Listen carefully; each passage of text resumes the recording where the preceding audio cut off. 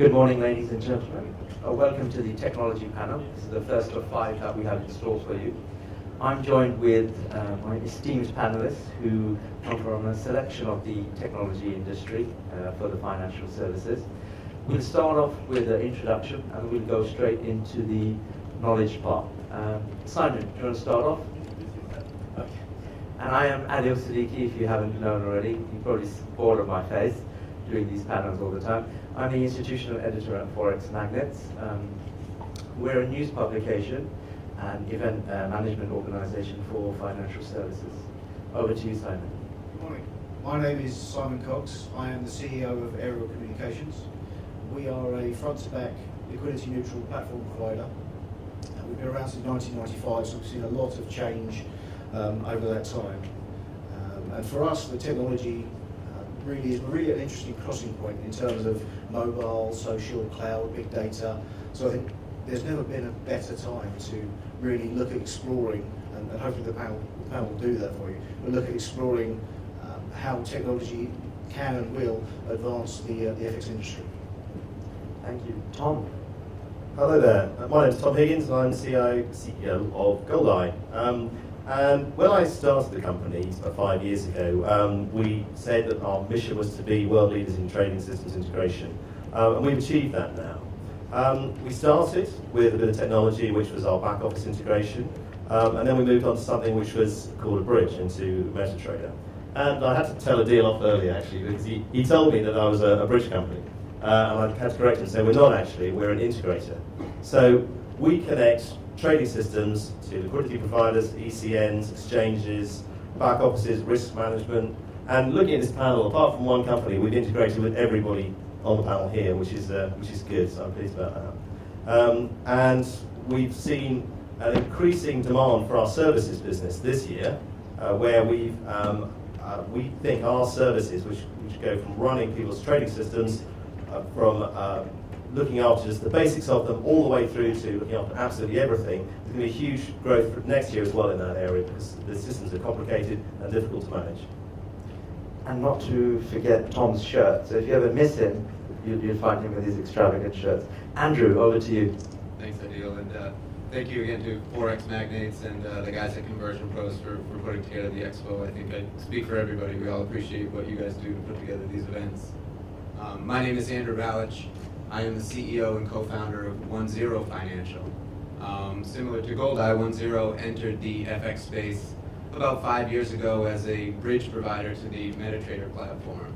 And thus many of our clients now have evolved from being a single platform, single liquidity source, single asset class provider to looking to ways that they can bring on platform number 2, different liquidity sources using our technology for aggregate or smart order routing, and also centralizing things such as risk management, as many brokers we found, especially in this region but around the world as well, are finding that differentiating based on spreads or website is not quite enough. We're seeing many people now look for what is that next platform, that mobile offering, or that centralized risk management model that we can use, and thus how can we find technologies that integrate many components together in a bespoke fashion rather than just the traditional one-to-one that we saw when the company was originally founded.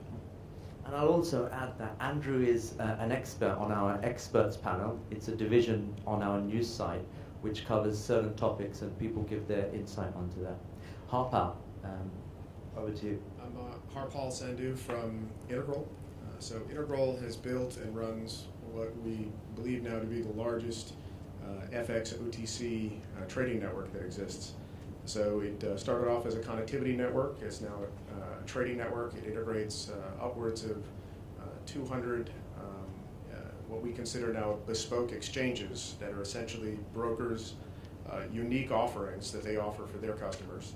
There are about 800 institutions on the network, and we view our role in all this really as a service provider to service providers in the industry, and those are our primary customers, our primary partners, are brokers in the FX space.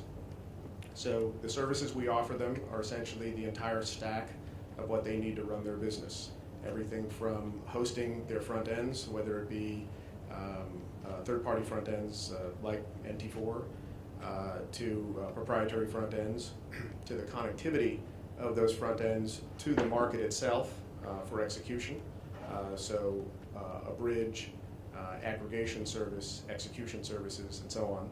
And I think more recently, the interest level has really emerged in providing from our customers to provide to their customers higher levels and quantifiably better service offerings than their competitors. And I think this is where Integral has stood apart to some extent, partnering with customers, with broker customers, so that they can give their customers the unique competitive advantages and showing them quantifiably why the service offering they're giving them in terms of pricing, spreads, execution quality, availability levels are the best in the market. And we think it's technology is driving a lot of that. And this is Jakub, aka Kuba. Okay.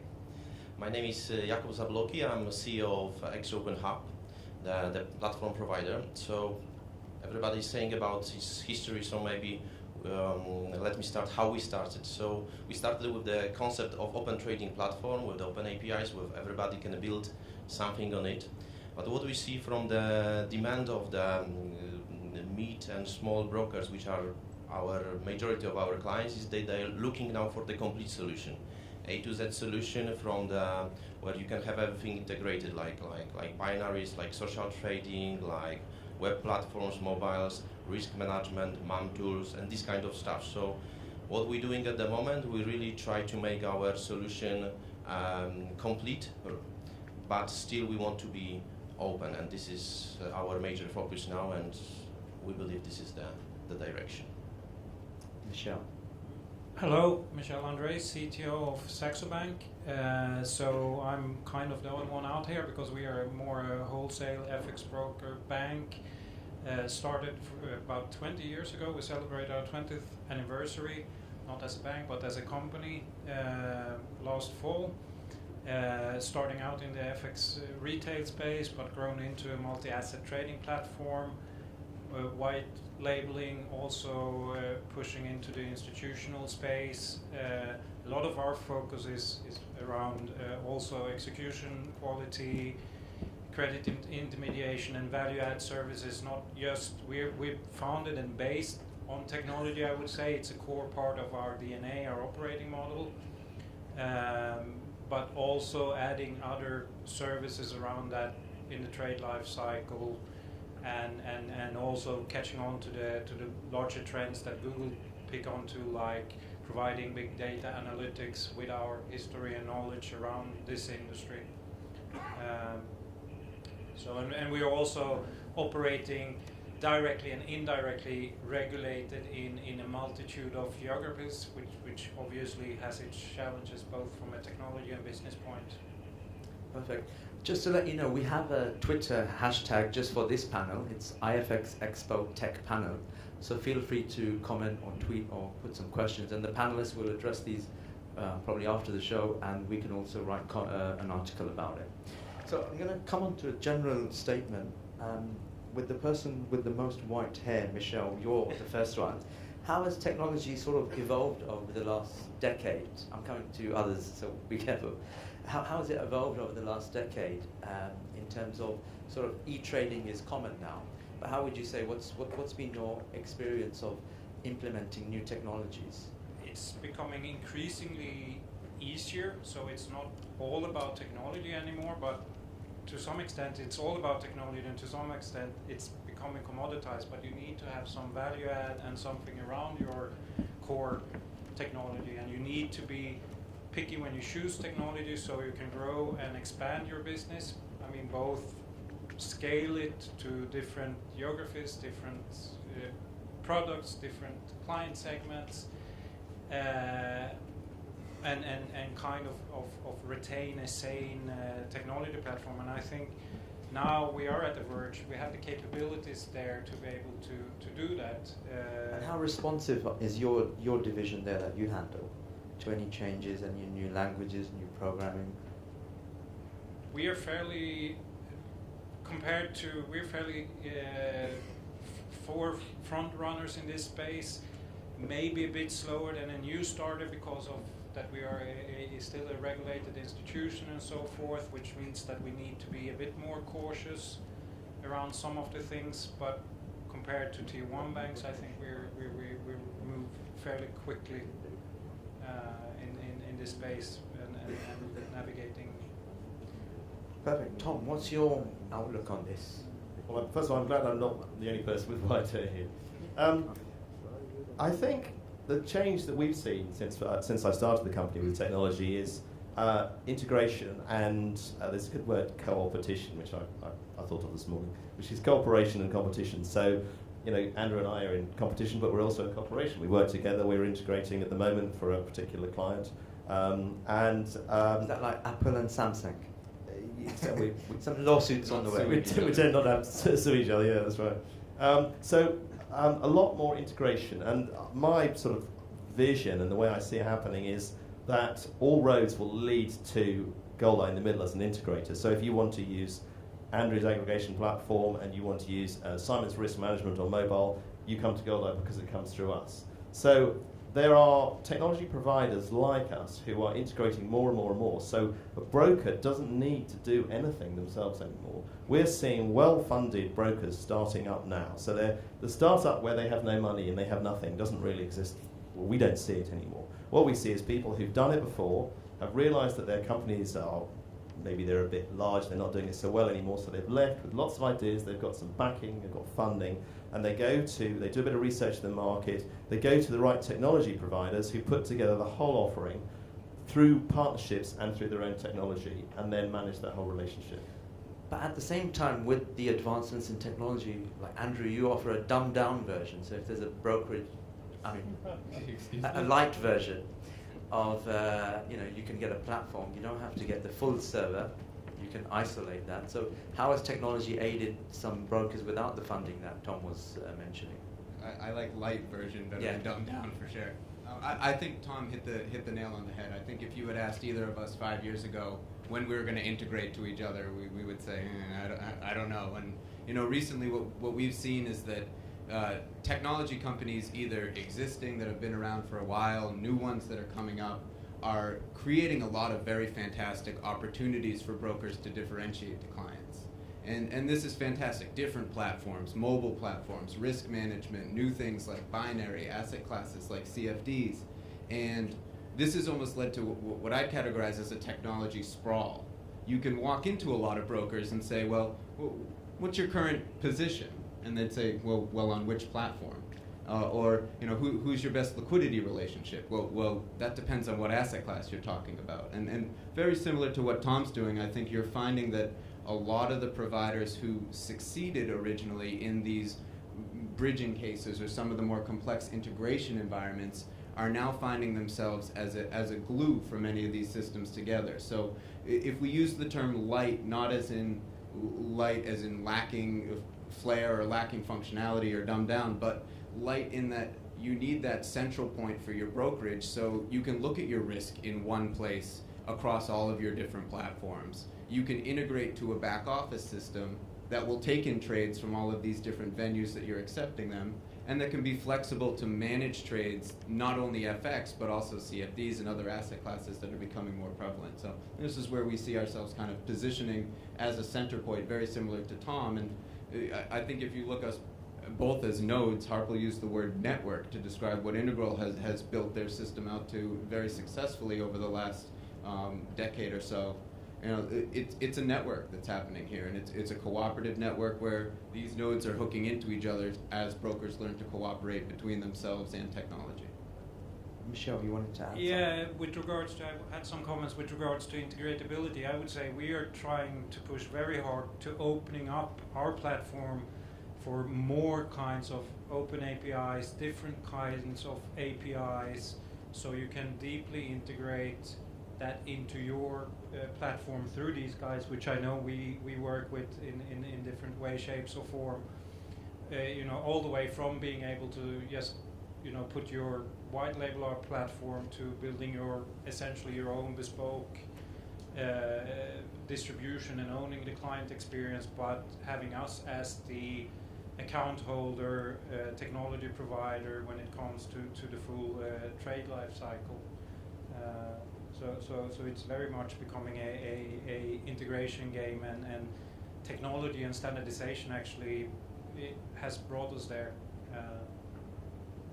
Kuba, did you want to add something? I think with this discussion we have to realize that there are different kind of brokers. There are startup brokers, small, medium-sized brokers, which have completely different needs than the big established brokers. So I think the split between dumb version and the very established open and with the full APIs integration with all of the aggregators, breeders, it makes a lot of sense, but there is a different sense for the small broker, and there is the different priorities for the big guys. So I think for the smaller ones, definitely A to Z solution with one solution provider which covers all of the requirements and needs, it's better than to have several and integrate everything, because okay, maybe integration is much easier now than it used to be, definitely, but still it requires a lot of effort, and I think it requires some cost. So it depends on the size of the broker.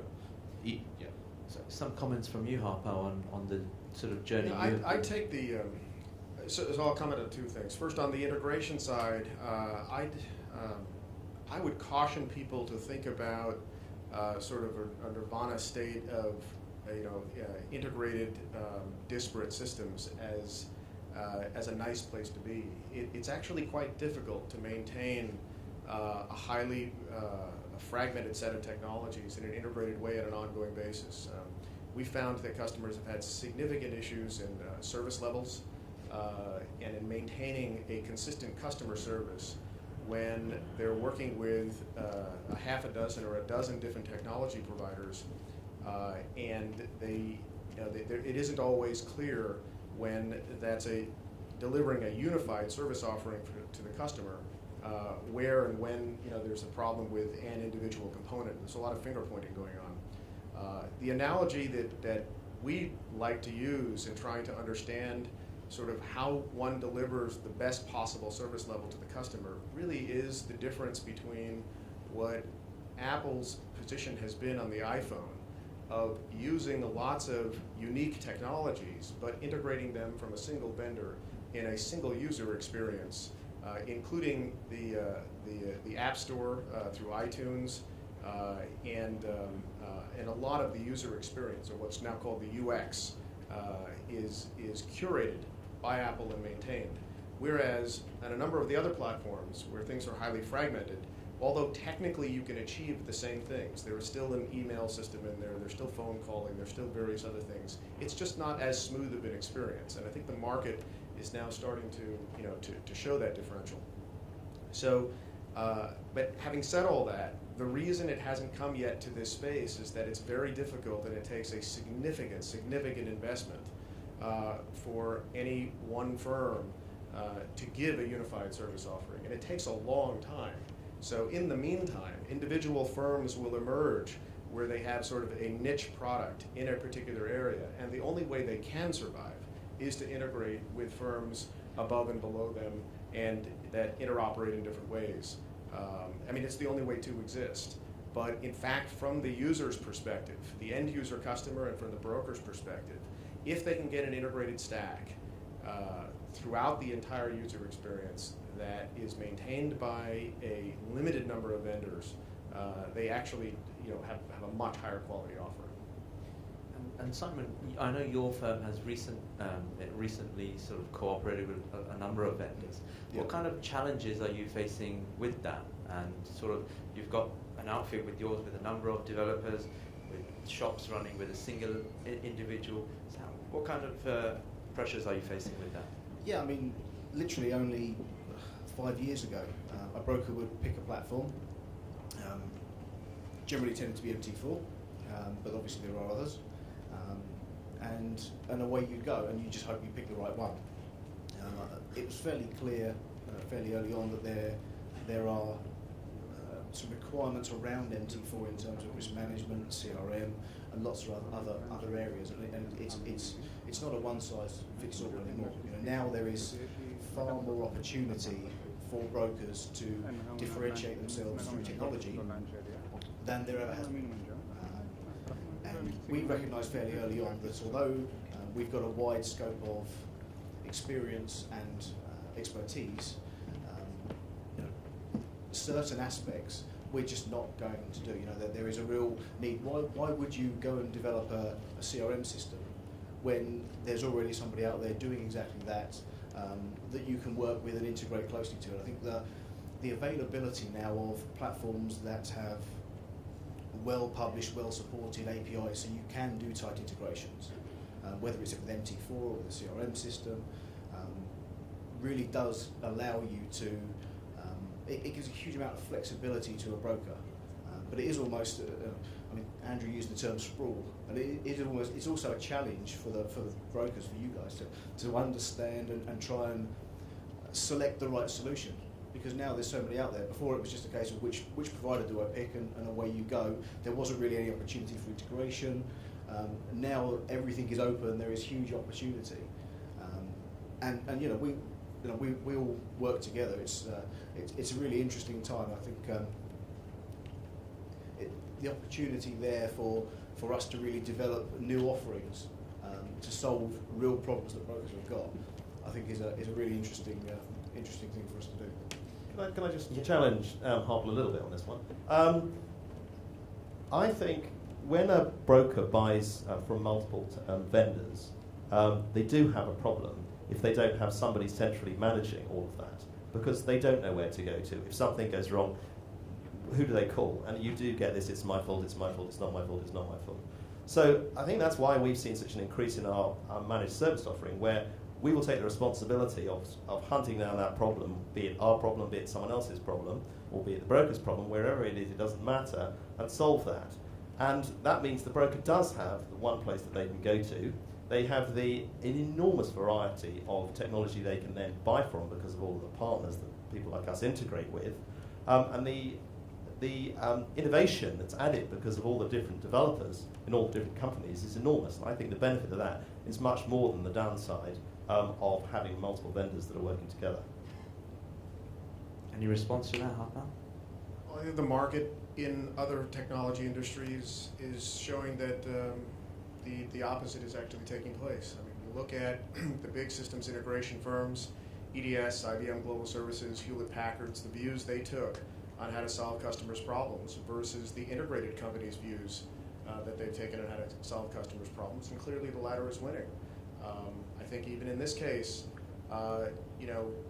it sounds good, and I'll tell you, if you're in a services business today, if you're in an integration services business today, you will do a lot of business for the next 2 or 3 years, because most people's systems are Band-Aids and rubber bands and a hodgepodge and a patchwork of infrastructure. So it's a fantastic market. Do it. Absolutely do it. I'm just speaking the truth that their actual service level in the end will be a lot worse off than if they had a fully integrated solution like an iPhone or various other, well-integrated, Xbox 360 from Microsoft is an extremely well-integrated ecosystem. Windows, in its latest incarnations is retaking that ecosystem, particularly in the Office 365 space. And Google, in terms of what Google is now forcing to have happen in the defragmentation of the Android market, and even though Google, I forgot the Google guy's name, but what he didn't want to admit was the reason Google is not giving you that information, the data on the stuff that's happening if you have a Google login while you're running, is because Google is trying to integrate all of that and give the customer a unified experience, and they're cutting everybody else out. So I'm not saying you won't do fantastic business. You will do fantastic business, but that's because everybody has a problem right now. I'm talking about what these people should do going forward so they don't have that problem. And that the market has already spoken of. Tom, how are you going to manage the resources in this particular point? So you're going to be integrating to X, Y, and Z. If you're offering a managed service, how are you going to recruit the right people that know each other's system? Well, that's a training exercise, and we've structured our company so that we bring in graduates at the bottom. We have a very close relationship with the universities around us, so we bring in fresh, very clever some systems you're not going to know. there's some systems you're not going to have dealt with before, and the client is going to bring them forward to you. We work with that vendor, and we go to them, and we have training from them so that we can support that system. So our support guys work with their support guys so that the vendor doesn't have to get stuck in the middle. So the broker doesn't have to get stuck in the middle. Simon? Yeah, I was going to say, Tom and I have got experience of working together in the past, and whichever one of us is the lead on a project, we're very aware that there is still a requirement for a high level of support to be provided to the other party. Because if you've got one person fronting it, it's still, so say for example, we're working on a project together and Tom was fronting it. We would still provide the same level of support and expertise, both to Tom and his customer, even if Tom was the broker. So, and also it's about closing that knowledge gap early on. It doesn't need to be. We started sharing ideas and doing a certain amount of knowledge swapping before we'd even worked together. Because again, you can close that gap so that there isn't a case of, I know how to support my systems, but Simon's systems we don't know, so we'll just pass everything across. That's not the case. That's not how it works in the real world. It really isn't. There is a case of cross-training, and that does go on. Kuba, do you want to add a point to that? Just a very short comment. I fully support also what Harpal said, because sometimes it's not only the question if we can integrate with somebody or if we know how to do this or not. Sometimes there are some contradiction between how much money one provider is earning versus another, and then the quarrels and battles starts, and some of the providers intentionally cause problems. So it is not always the lack of knowledge or I don't know, being able to do something or not. Sometimes politics plays here enormous role. If I can, Adil. Yeah. I think if I were following this conversation from both sides, like many things in life, we're not posing a binary question to brokers here. Either you need to purchase a fully integrated end-to-end solution and that's your option, or you need to pick and choose between 50 different technology components and hope you can glue them together. I think in the spectrum of those two choices, there's a middle point. And what many people up here, many of the panelists are trying to say is that there are providers in the middle who are cooperating. And if it were me in this room looking to start a brokerage or looking to make some of these decisions or looking to evolve my broker, I'd be looking to the providers that up front say, we do work together well, we're integrated, we're certified with each other. I think some of the biggest mistakes you can make are on either end of that spectrum. When your liquidity is tied to your platform, is tied to your front end, is tied to your mobile solution, and you've chosen to start your own brokerage package and you're ready to go next week, tell me how the next week goes when you need to swap out your liquidity provider. And then on the same end, the challenges that Jakub has identified, if you go the route of picking and choosing all 20 different what you think are the best flavor of the week options and trying to marry them together, you're going to find yourself in a similar finger-pointing situation. So I would be looking to get my technology providers together, as uncomfortable as it might be to ask me and Tom to get in a room and say, hey, what are you guys doing best? What are these guys doing best? Where are you going to glue together? And in the case where we're integrating right now, I think that's worked out very well. And in that technology presents a huge opportunity both to brokers and to entrants into the technology market. It's important to find the providers who are willing to accept this challenge and this spectrum of opportunity and willing to work together in a way that says, hey, I'm not able to do everything. I recognize that. And here are the people who I trust and have certified and have taken a technology-based approach to having confidence in that we can work together. Let's bring the odd one out, Michel. Odd one out because of his red pants as well, yeah? I would just like to allude to what Harpal said. Building this ecosystem, we have a very clear that we have a mantra called one bank, one platform. We don't want a proliferation of gluing things together, because we believe in building that open ecosystem, and also not just technology, but also adding services around that, clearing and settlement, packaging our knowledge around liquidity optimization, relationship management.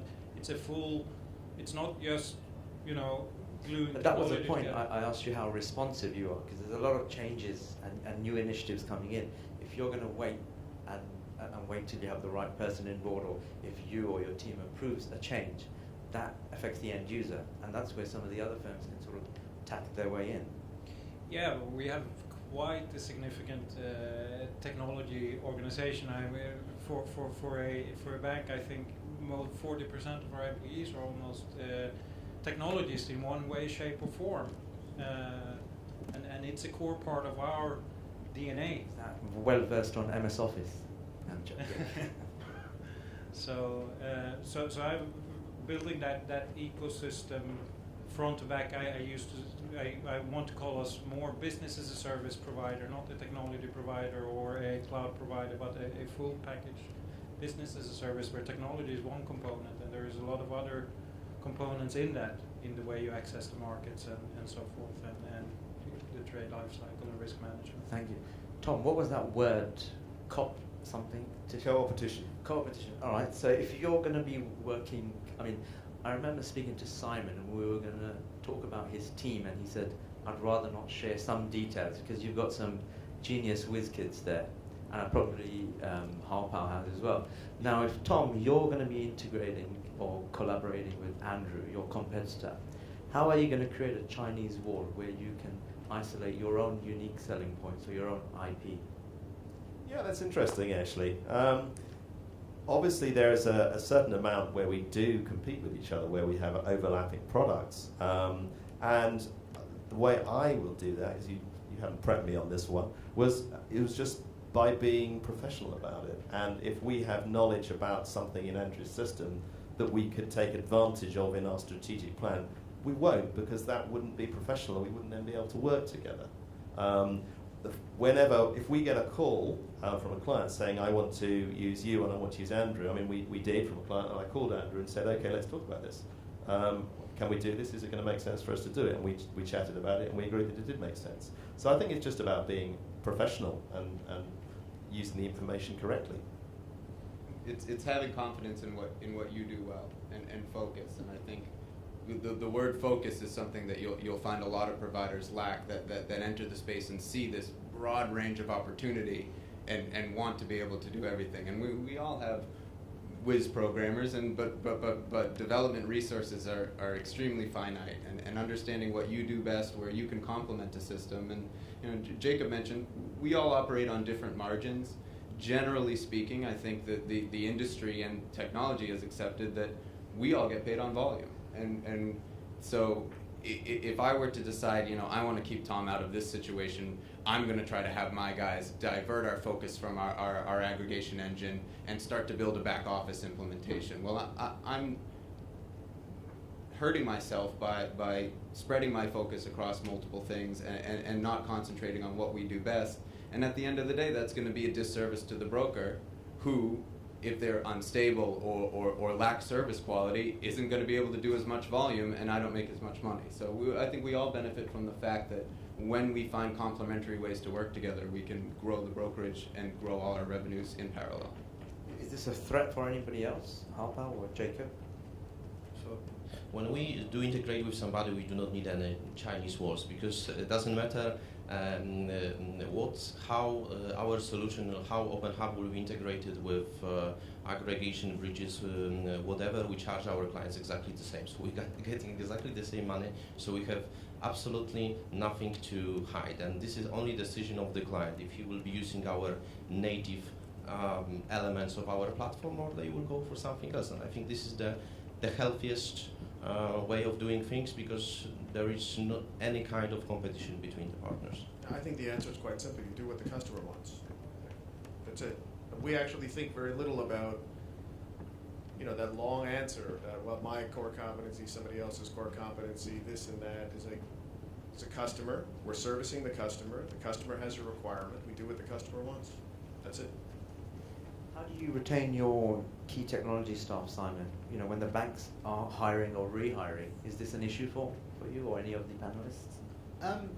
No, a lot of our staff have been with us a long time and have built up a lot of experience and knowledge. We're very lucky. We're just outside of London. A lot of them are local, so that obviously plays a part. But also, a lot of it's the company culture. We make it fun. We make it interesting. We look to, one of our key ethos is that we look to challenge ourselves and grow, both individually but also as a company, and just constantly, programmers, technical people in general, don't like doing the same thing over and over again. They like the new, they like the new challenges. So, you know, we're only a company of sort of 40 people, but we've got a technologist, someone there, and a key part of his role is looking at new technology as it comes out, as it evolves, and looks at how we can actually bring that into the FX space. So that explains the Lego room in the back, yeah? Cuba. At the beginning, to create a team is very hard when you're starting the business, and I went from the very beginning to the around 70 programmers which we have now. But once you reach certain level, once you motivate your people properly, I think we work, especially Open Hub, like this. Ernst & Young, all of these advising companies. So we try to keep the core of the best programmers, but then we allow certain level of rotations of the programmers, and it is very healthy for the for the team, for the staff. So these days, I think we have the hardest retention issue. Being in Silicon Valley, banks aren't our problem. I mean, Google pays a lot more, and Facebook stock pays a lot more than a bank is going to pay these days. So one answer is we pay really well. I mean, Integral pays in the top 10 in the United States in IT programmers. So there's no way around that. If you want to have the best people, you pay them the most amount of money. So we're up to about 140 or so in our core engineering team. I mean, I think we have one of the largest teams in FX. Probably, I mean, Saxo probably has more. I mean, most of your business is FX, right? Yes. So, but so there's that. You really have to be working on great stuff. So a couple of years ago, we made some significant changes in our technology team. We significantly upgraded the team. We consolidated the force, and it has been an absolute sea change. The latest version of our product that has come out, you know, is just really fantastic. It's a platform for all kinds of things that we'll announce in the next couple of quarters. But really smart people, pay them well, have them work on great things, and have them take ownership of it, and they'll stay with it. Michel, when you're having a discussion as a CTO with your board, how do you dictate the next 2 or 3 years of new technology projects?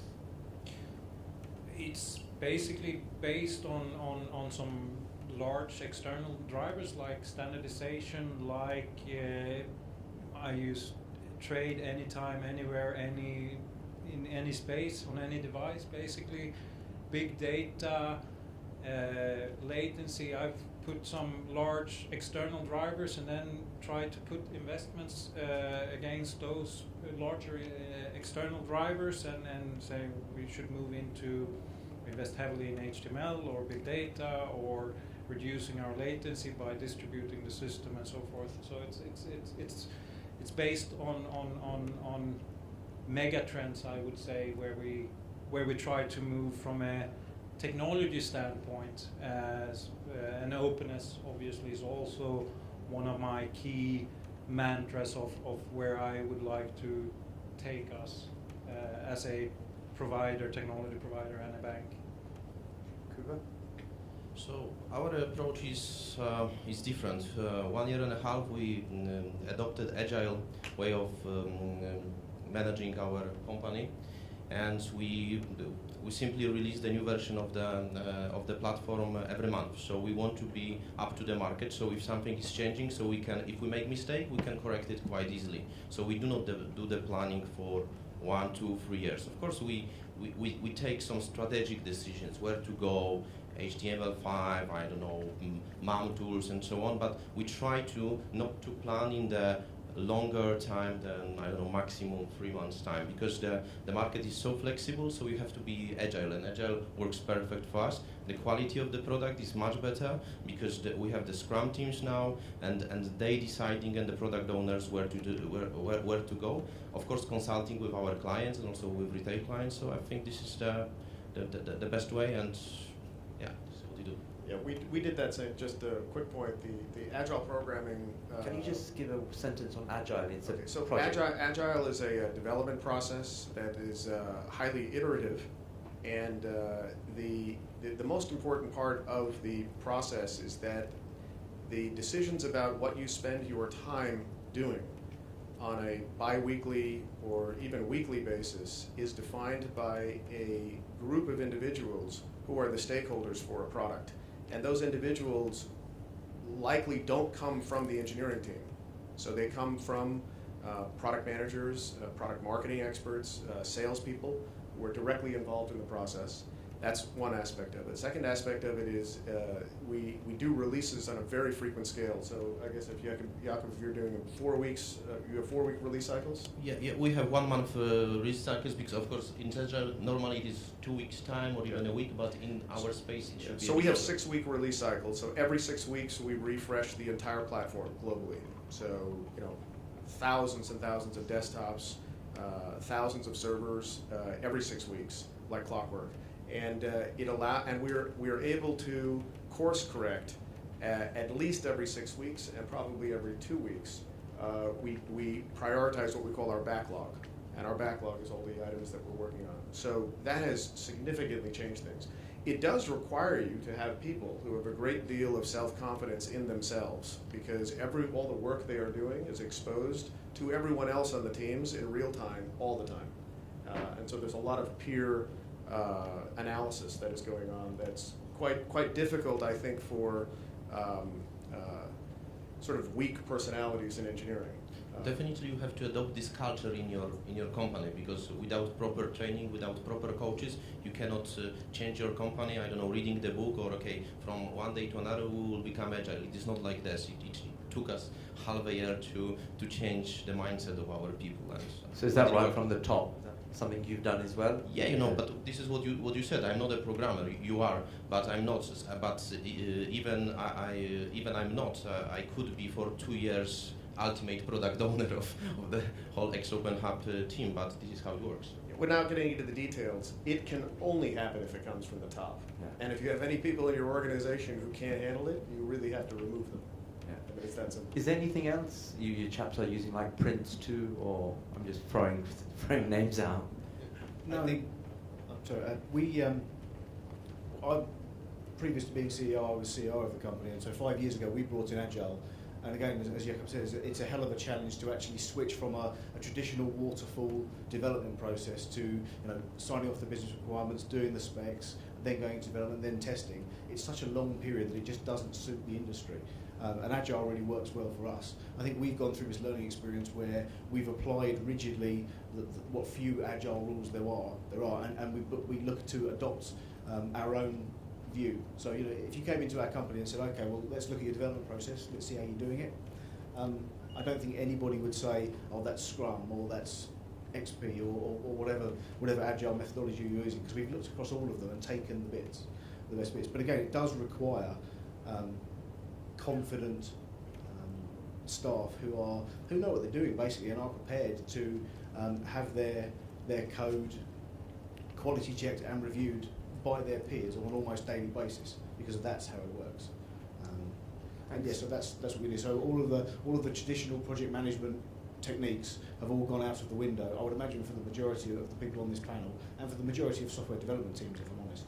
Perfect. We're coming up to about 15 minutes left for the panel to end. Are there any questions or comments? We've got some microphones here.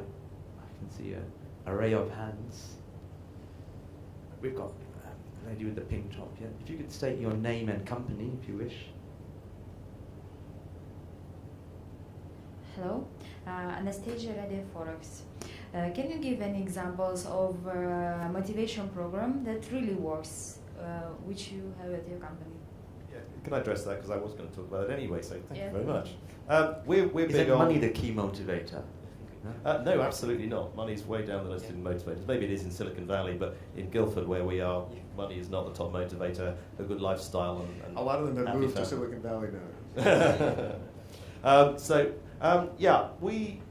I'm a big believer in something called organizational health, where inside the organization you have complete trust with everybody else, because if you don't have good organizational health, you can't outside give a good service to your clients because you're infighting. And to be able to do that, you do need motivation, you do need to be able to give people things that they want. So we have all our developers have a 20% developer time, we call it. So they can spend 1 day a week doing some research and development into something vaguely to do with the business in technology that we may or may not use one day. And then they feed that back to us. Everyone in the company, every month we ask them to suggest ideas for improvement, and then the more ideas they put in, the more names they get put in the hat, and then we pull out, and then they win an Amazon voucher, 50 quid Amazon voucher, for the ideas they put in. And these sort of things, it's amazing the ideas that you can get from some of the the entry-level graduate staff that you think maybe don't know that much yet, but they have some brilliant ideas that they didn't know they could even put to you, and it really, really helps. The other thing that we've entered is we started doing regular hackathons, and it's really interesting how if you take the brakes off and you say you can collaborate with anybody else in the company. It's really interesting to see marketing working with testing, working with a couple of developers and coming up with something new. And there's been a lot of product ideas and generation that's happened through just literally just clearing all the whiteboards and saying, right, we're going to work on this, we're going to work for 48 hours, we'll go straight through the night, we'll sort the food out, we'll do everything. It costs peanuts. But to actually give people that complete autonomy in what they do really does help us in again, building that family feel at the company, but also really trying to get some fresh ideas and get fresh perspectives on things. I think just to round it off, there are a lot of different techniques to have a culture within a company and to build a family-like environment. If you, as a technology company, as a broker, as a service provider, can't very clearly answer to somebody who came to you and didn't say what's your revenue number or what's your profitability, but said, what is your company culture? And being able to define that very distinctly. This is my company culture. 1-0, we hire people out of the video game industry. We focus very specifically on building a culture that says, the same type of C++ talent that we need to build our systems is popular in two places, quant funds and the video game industry. Now, not very many of my developers know what 9 a.m. is, and there's probably a lot of moth holes in their suits that they may or may not even have.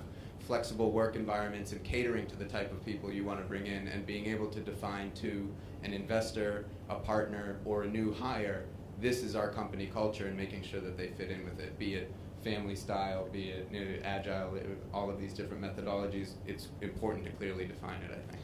I think the audience saw that with the long hair and the red pants. Your CEO can have a ponytail at a video game company. Perfect. Anybody else? Final comments on that? I can very quickly add. So I'm not a programmer, so I saw how these guys can be motivated. By next year, you must become one. Yes, in the second life. But I think very important for the programmers, for the development team, is that they believe what they are doing, and they believe in what they are doing is if your customers start using their products, so they are extremely happy. Yes, they are using this web success. We did a great job. But I cannot agree that only, great products motivate development teams. I think money plays also big role. When we adopting the Agile in X Open Hub, everybody said, no, we do not need to have any bonuses, any motivations. But I introduced bonuses and they really work. This why I'm asking, because they Yes, don't interested in bonuses. It works, but the question is, and after 1 year of experience, I see that I split it the half of the bonus independent on the quality of the platform, the stability, efficiency, and so on. We have very quantified test for checking this, but the second part is on the business. How much the clients are using this, how commercial it is. So they have to think commercial way, not only to realize academic plans and dreams. Another bonus you can give is a free trip to Forex Magnets Tokyo Summit or Forex Magnets London Summit. No? Yes. Michel, last comment. I mean, we do a lot of these things as well. We run an agile process. We're investing heavily in continuous delivery, which is something that appeals to engineers. We do FedEx days. But I also think it's very important to give, and what we're trying is to allow specialists a similar career path, similar titles, and so forth as you have on the business side or on the management track. So having having the senior technologist being able to be at the same level as his manager, for example, maybe even higher, to show your appreciation of the value he actually brings to your business. Perfect. Thank you. We've been inundated with tweets, so I'll come to those later.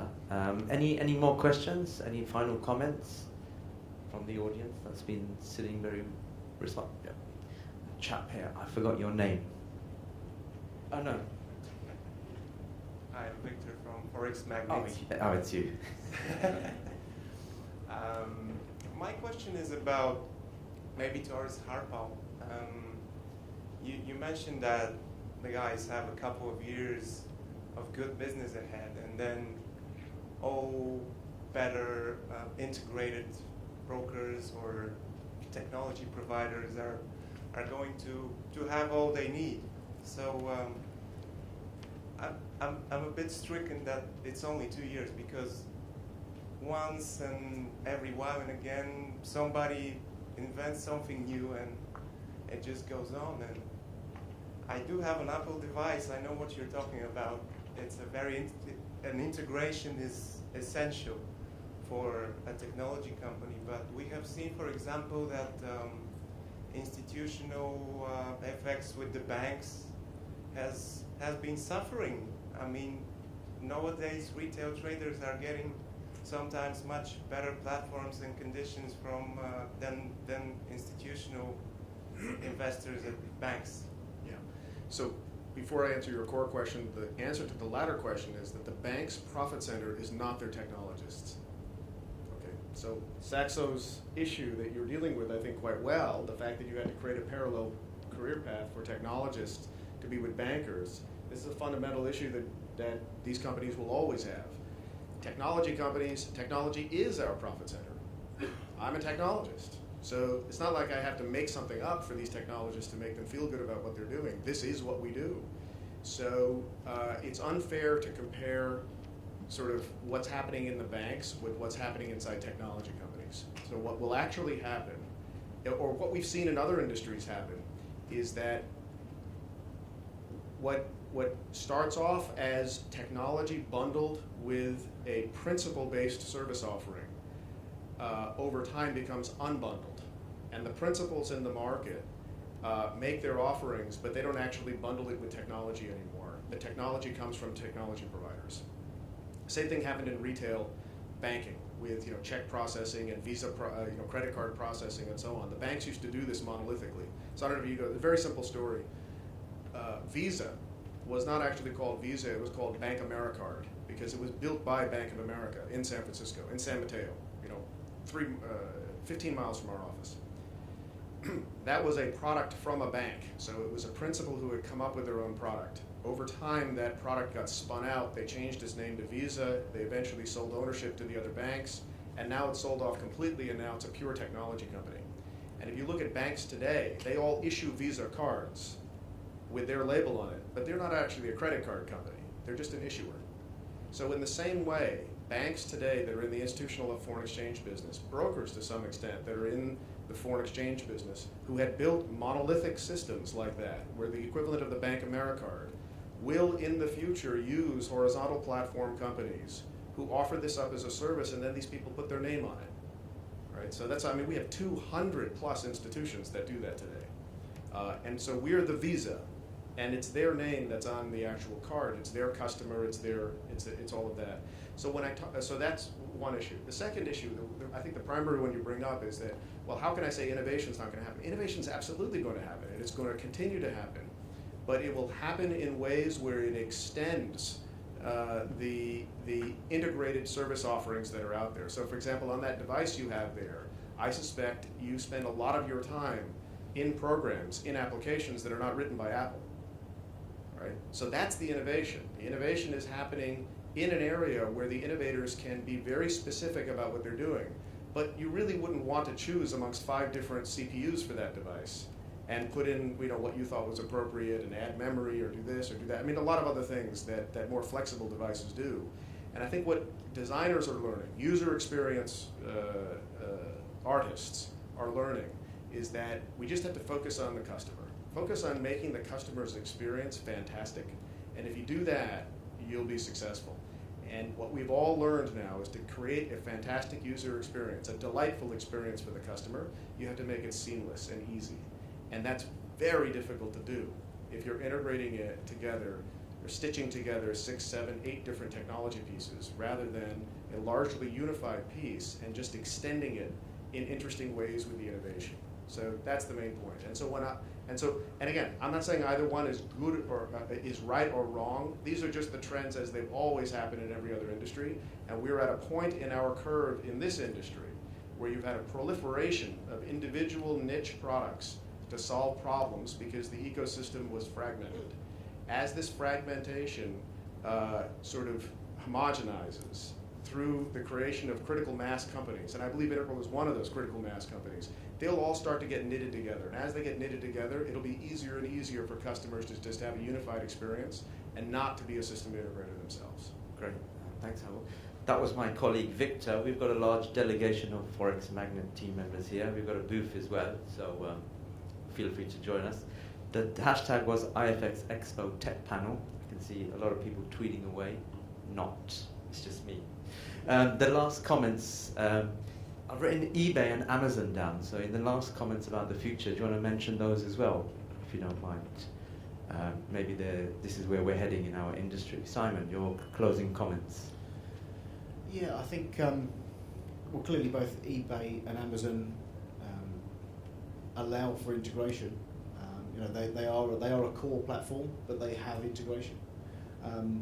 I personally just don't think we're there yet. I think we may get to a point. It's certainly where we've come from, in terms of having a platform, and that's what you've got. You know, there used to be very few integration points. I think we're now at a really interesting point where there is a whole bunch of integration going on, and I think that will drive things forward. Whether we'll ever get to the Amazon, the eBay of FX, I'm not convinced. I'm really not. Tom, just got a few minutes left. I'll be quick. I must say I'm an Android person, not an Apple person, because I like to choose the bits that I want rather than the bits that Apple want me to have. So I think Amazon is a very interesting story, because when Amazon first came out, you went there to buy a book or a CD. Now I go to Amazon to buy anything. It's the first place that I go. And in fact, most of the people that you're buying from on Amazon are just partners of Amazon. They're not Amazon at all. They're just knitting it all together. So I think if you can have that model in our world, so you come to Goldeye, but we're using other partners around us, you've got the nirvana. You even buy your shirts from there? No, there's one. Andrew. In the interest of mixing it up a little bit, I'm going to take a focus on eBay here, and a specific thing that happened with eBay recently, not about them as a conglomerate or a company, but their massive security breach that happened recently. And I think one very interesting thing that I suspect to see in this industry in the next 5 to 10 years, coming down from regulators, I hope, is not just net capitalization requirements and focus on the risk side of the business as it comes to money and financial transactions. I think there are a lot of extremely loose technology companies out there, and I think there are a lot of extremely loose security practices in this industry. How many brokers out here reacted to the Heartbleed hack and SSL? How many of the banks did? The group up here, I think, is an esteemed example of... Anyone from the audience? I know that there are banks out there that are still running on versions of Stunner that have Heartbleed vulnerabilities in them. And this industry has moved and progressed so rapidly that sometimes certain firms out there will jump on opportunities without thinking of things like data security. And we look at opportunities like big data, but that data is very important, and I would encourage brokers to invest the time and money and make sure you're working with technology providers and asking questions like, how are you protecting yourself? How are you reacting to things like Heartbleed? What is Heartbleed if I don't understand what it is? And I'm sure these are things we'd be happy to answer after. So. Perfect. Harpal. So I think that's a fantastic point, and none of Integral's 800 plus institutional customers even had to know what Heartbleed was, because it was fixed instantly, and they just had no idea it even came and went. They just had no issues with it.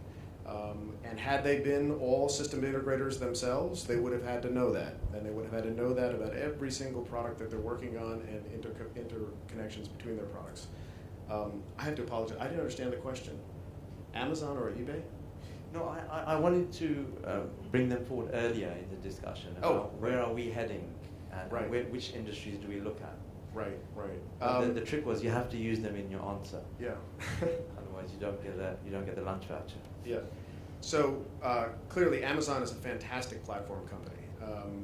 If I could So if it's classic eBay and Amazon as it is today, then Amazon clearly is the winning model in that they're a platform that is integrating multiple microstructures simultaneously within what they're doing, with the exception being that eBay's PayPal unit is an absolute jewel in and of itself. And if we could look at that separately, the future of money is not Bitcoin. It is versions of PayPal that will displace the credit cards. Kuba. So if I have to use the example of these two companies, so you see that they started to sell books, now they sell everything there. So I think with our industry it could be similar. I think that some kind of the consolidation on the market of solution providers, we are at the edge of this. You remember 5-7 years ago there were only one platform provider. Now we have, I don't know, dozens of them, dozens of solution providers. So we are at this stage that that is too much of them, and I think that some of the companies will vanish, some of the companies will consolidate with another ones, but I think this is the direction that there will be. I don't think that we will go back to the moment that there will be another one MetaQuotes on the market. But I think there is a place for several big integrated trading systems. I mean, from the front end to the back end, risk management, aggregation, and so on. Like we have now with the mobile world, with the Android system. You have Android, but you have iOS. We have a challenger, which is the Microsoft. If they manage to do this, they have the resources, but you know they're quite slow with this. And I think this is where we are heading. Perfect, Michel.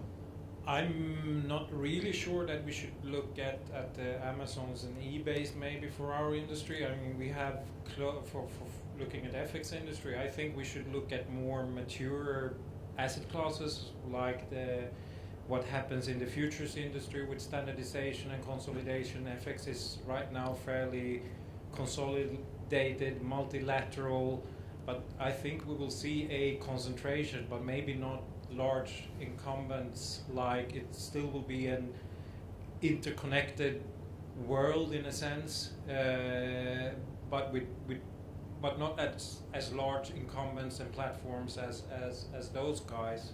So I would, or the Visa example, which is more closer to our industry. So that's where I would look for how the development have been in the futures, options, listed industry. FX is, you know, a few years behind in that kind of standardization. So I don't think we need to go so far to look at Amazons or Apples, or they're obviously very interesting cases to discuss every time. But I think we have interesting in our own financial services industry. Perfect. Just to let you know, none of this was rehearsed. All the questions here were not asked by me, like a true journalist. So the panel done an amazing job. Thanks for Simon, first time for joining us. Thanks for Tom, Andrew, Harpal, Kuba, Michel, first time again as well. Thank you, the audience. I hope you enjoyed the panel. Please be tweeting on iFX EXPO Tech Panel, and enjoy the rest of your day. Thank you very much. Thank you.